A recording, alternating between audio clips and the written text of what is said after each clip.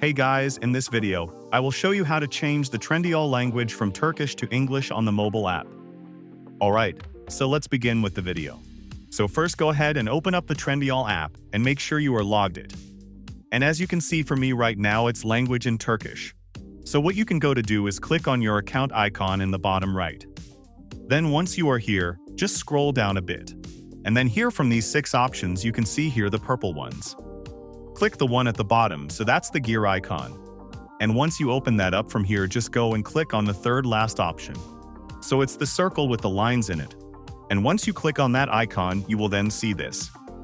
Now from here, just going to pick a country where they speak English, for example, the United Kingdom. So click on it, and now you will see the app is in English. So that's basically how you can change the Trendyol language from Turkish to English. So that's all for this video. Consider subscribing if you find it helpful, and I'll catch you in the next one. Thanks!